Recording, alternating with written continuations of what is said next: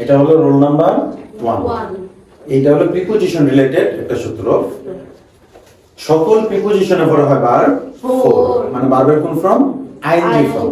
ভার্বের ING form. যেমন ING form কোনগুলা? যেমন ইটের আইএনজি ফর্ম হইছে ইটিং, গো হইছে গোইং, ঠিক আছে? এরকম আইএনজি ফর্ম হয়।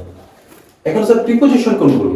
প্রিপজিশন হলো যে for, by, with, of, after, before, এগুলো হচ্ছে প্রিপজিশন। তো প্রিপজিশনের পরে যে ভার্বটা বসে সেটা হলো ভার্বের 4 নাম্বার রূপ, ভার্বের আইএনজি ফর্ম, ঠিক আছে? একমাত্র প্রিপজিশন টু, যার পরে ভার্বের 4 নাম্বার রূপ নয়, কয় নাম্বার রূপ হয়? 1 নাম্বার। কয় নাম্বার?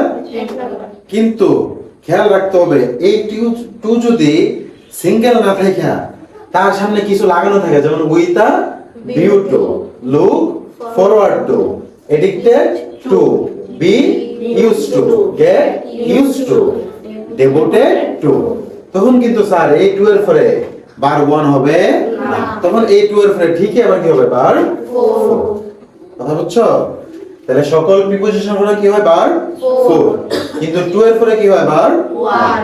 কিন্তু এই টু গুলো যদি থাকে, যেমন with a view to, look forward to, addicted to, be used to, get used to, devoted to, তখন আবার ঠিকই এগুলোর পরে কি বলবে? ভার্ব 4।